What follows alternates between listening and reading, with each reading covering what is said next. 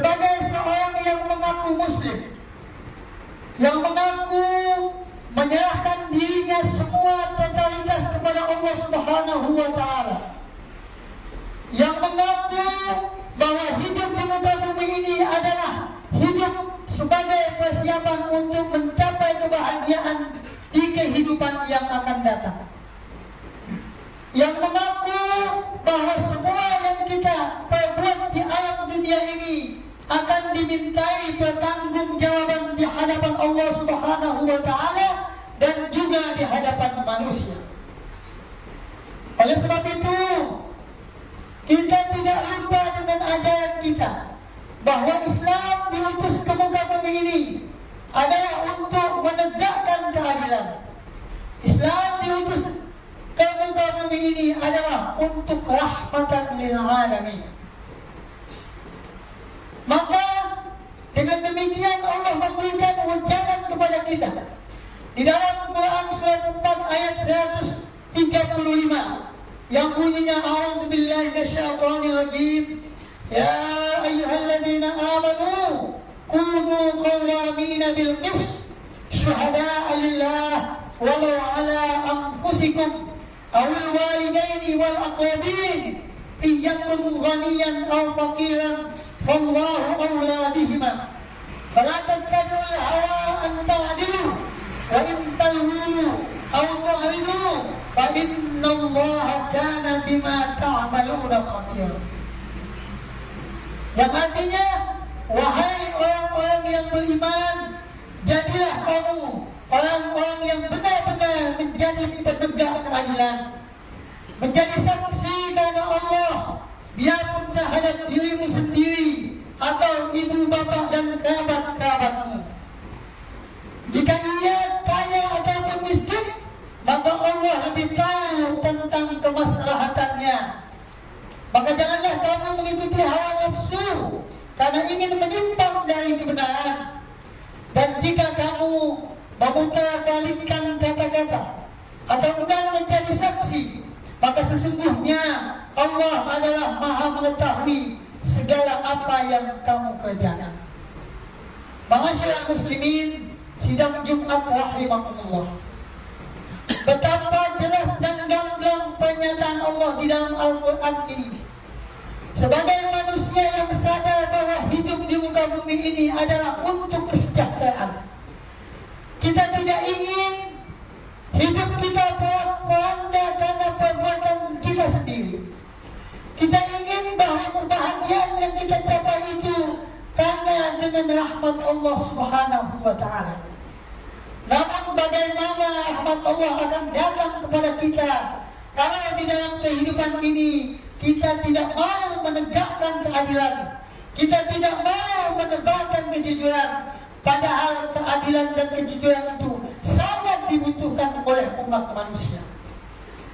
Ketika kita memberikan satu hukum kepada manusia, hendaklah kita berlaku adil.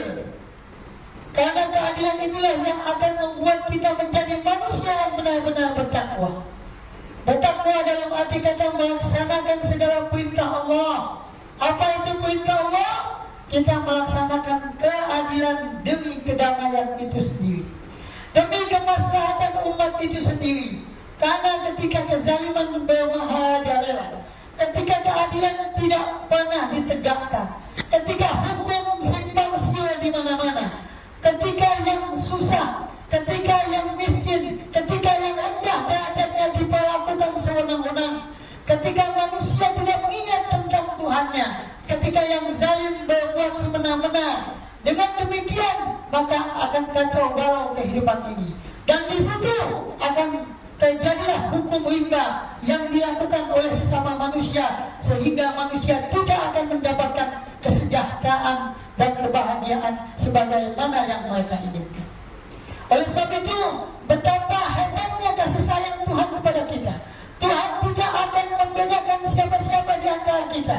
Tuhan tidak melihat harta, tidak melihat jabatan, tidak melihat apapun yang kita miliki, karena hakikatnya semua itu adalah milik Sang Pencipta.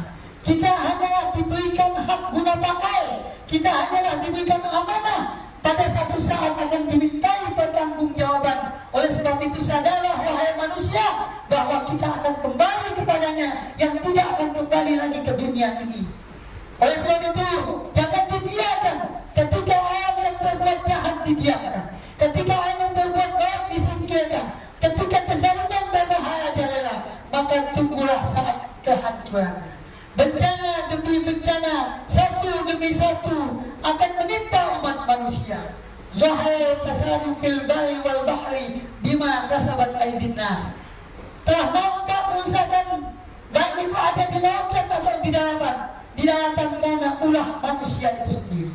Tuhan hanya memberikan fasilitas dunia untuk kita kelola sebagai khalifah, sebagai orang yang menguasai dunia ini. Tapi jangan lupa, kalau kita jadi pemimpin di muka bumi ini, kita pun akan dipimpin oleh Tuhan pencipta kita.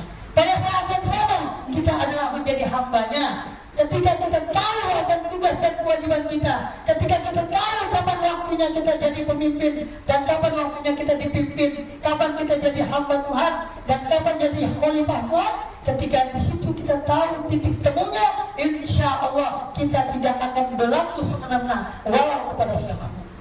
Masyarakat muslimin sidang Jumat rahimahullah. Cukup Al-Quran dilaksanakan, bukan cuma dibaca dan direnungkan. Cukup Rasulullah dijadikan contoh suri tauladan, bukan hanya dijadikan selawatan dan dengungan saja.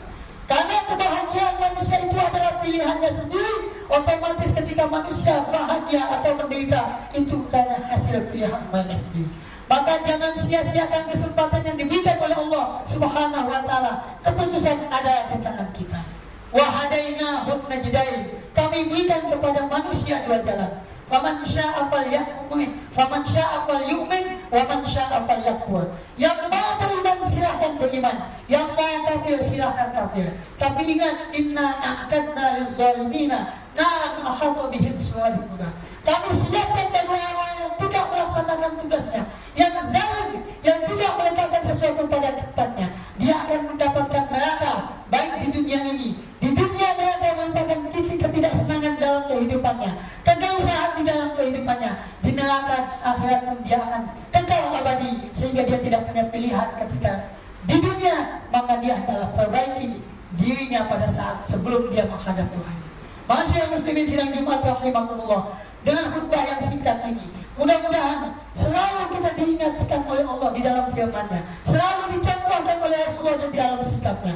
Dan kita sebagai umat manusia yang ingin bahagia, janganlah kita keluar daripada hal-hal yang telah ditetapkan oleh pencipta kita dan oleh Rasul sebagai qudwah hasanah kita, sebagai pimpinan kita. Biarlah orang di luar yang tidak memakai kitabullah dan sunnah Rasul, yang tidak memakai hukum Tuhan penciptanya, dia akan mencari jalan sendiri, maka akibat akan mereka terima sendiri. Yang penting kita selamat di dunia dan di akhirat. Amin ya rabbal alamin. A'udzubillahi minasyaitonir rajim. Bismillahirrahmanirrahim. Wa 'asri innal insana lafi khusr illa alladziina aamanu wa 'amilus shalihati wa tawassaw bil haqqi wa tawassaw bis sabr. Barakallahu li wa lakum fil Qur'anil 'azim wa nafa'ani wa iyyakum bima fihi minal ayati wa dzikril hakim wa taqabbala minni wa minkum tilawatahu innahu huwas samiul 'alim.